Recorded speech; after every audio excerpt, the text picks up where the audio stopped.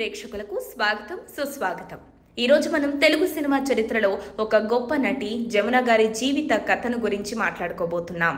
ఆమె ఒక అందాల తారగా, నటనా ప్రతిభాశాలిగా తెలుగు సినిమా లోకంలో మెరిసిన వైనం మనకు తెలుసు। జమున గారు 1936 ఆగస్టు 30న కర్ణాటకలోని హంపీలో జన్మించారు। ఆమె అసలు పేరు జానాబాయ్। ఆమె తల్లిదండ్రులు నిప్పాని శ్రీనివాసరావు మరియు కౌసల్యాదేవి। ఆమె తండ్రి మాధవ బ్రాహ్మణుడు, తల్లి వైశ్య సముదాయానికి చెందినవారు। ఇదొక అంతర్జాతి వివాహం। జమున గారు 7 సంవత్సరాల వయసులో ఆమె కుటుంబం ఆంధ్రప్రదేశ్లోని గుంటూరు జిల్లాలోని దుగ్గిరాలకు వచ్చారు। దుగ్గిరాలే జమున గారి సొంతూరు। జమున గారి బాల్యం దుగ్గిరాలలోనే గడిచింది। ఆమె తల్లి కౌసల్యాదేవి ఆమెకు సంగీతం మరియు హార్మోనియం నేర్పించారు।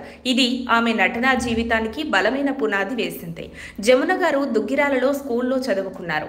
అక్కడ ఆమె నాటకాలలో పాల్గొనేవారు। ఆమె హై స్కూల్ విద్యను ప్రైవేట్ ట్యూషన్ ద్వారా పూర్తి చేశారు। ఆమె స్కూల్లో గొప్ప నటిగా పేరు తెచ్చుకున్నారు మరియు ఆమె నటనా ప్రతిభను చూసిన ప్రముఖ నటుడు కొంగర జగ్గయ్య ఆమె స్కూల్ టీచర్గా ఉన్నప్పుడు ఆమెను ప్రోత్సహించారు।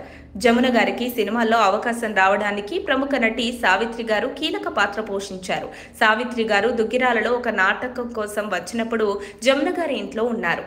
ఆమె జమున గారి నటనా ప్రతిభను గుర్తించి సినిమాల్లో నటించమని ఆహ్వానించారు। 1952లో Indian people's theatre association director Garikapati Rajarao Jamuna గారి నాటకం మా భూమి చూసి ఆమెకు తన చిత్రం పుట్టిల్లులో అవకాశం ఇచ్చారు। ఈ చిత్రంలో ఆమె 16 సంవత్సరాల వయసులో నటించారు మరియు ఇది ఆమె తొలి సినిమాగా నిలిచింది। ఆమె నటనకు నర్గీస్తో పోలిక ఉందని చెప్పి ఆమెను ఈ చిత్రంలో ఎంపిక చేశారు। జమున గారు తెలుగు సినిమా దిగ్గజాలైన నందమూరి తారక రామారావు మరియు అక్కినేని నాగేశ్వరరావుతో అనేక చిత్రాల్లో నటించారు।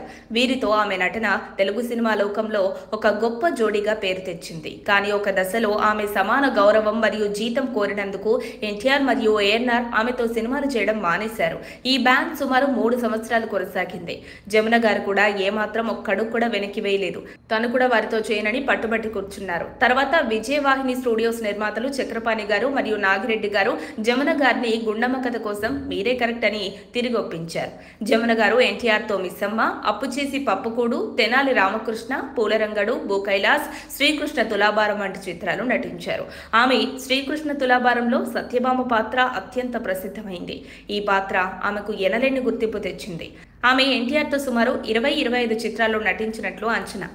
ఏఎన్ఆర్తో జమున గారు మిస్సమ్మ, గుండమ్మ కథ, దొంగరాముడు, మూగ మనసులు వంటి హిట్ చిత్రాల్లో నటించారు। వీరితో కలిసి ఆమె సుమారు 15-20 చిత్రాల్లో నటించారు। కొంగర జగ్గయ్యతో అనుబంధం। కొంగర జగ్గయ్య జమున గారి స్కూల్ టీచర్గా ఉన్నారు మరియు ఆమెను నాటకాల్లో పాల్గొనమని ప్రోత్సహించారు। వీరితో ఆమె కిల్జీరాజు పతనం నాటకంలో నటించారు। సినిమాల్లో వీరితో ఆమె అప్పులు చేసి పప్పుకూడు, భూకైలాస్ వంటి కొన్ని చిత్రాల్లో నటించారు। సుమారు 5-10 చిత్రాలు।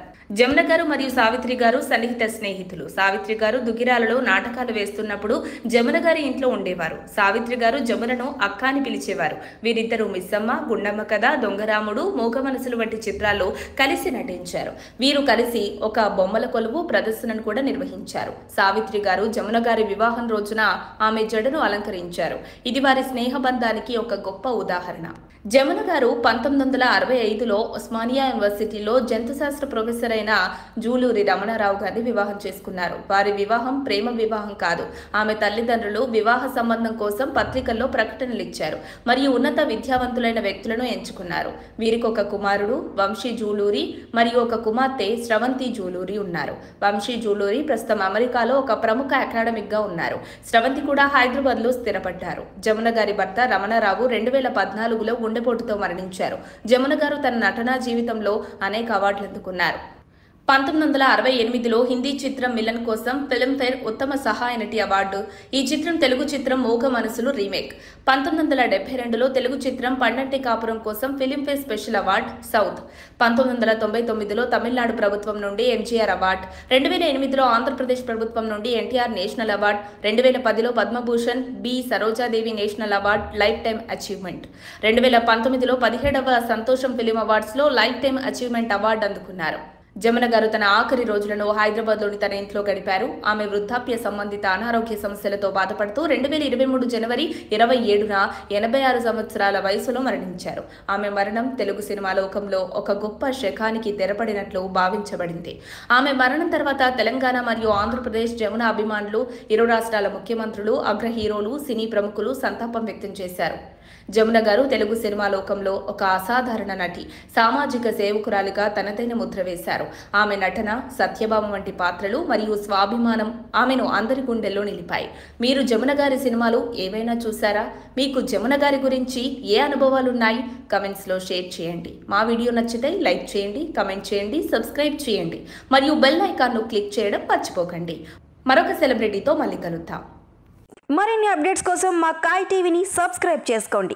మా వీడియో కనుక మీకు నచ్చినట్లయితే లైక్ చేయండి, షేర్ చేయండి. మీ విలువైన అభిప్రాయాలను కామెంట్ బాక్స్లో తెలియజేయండి.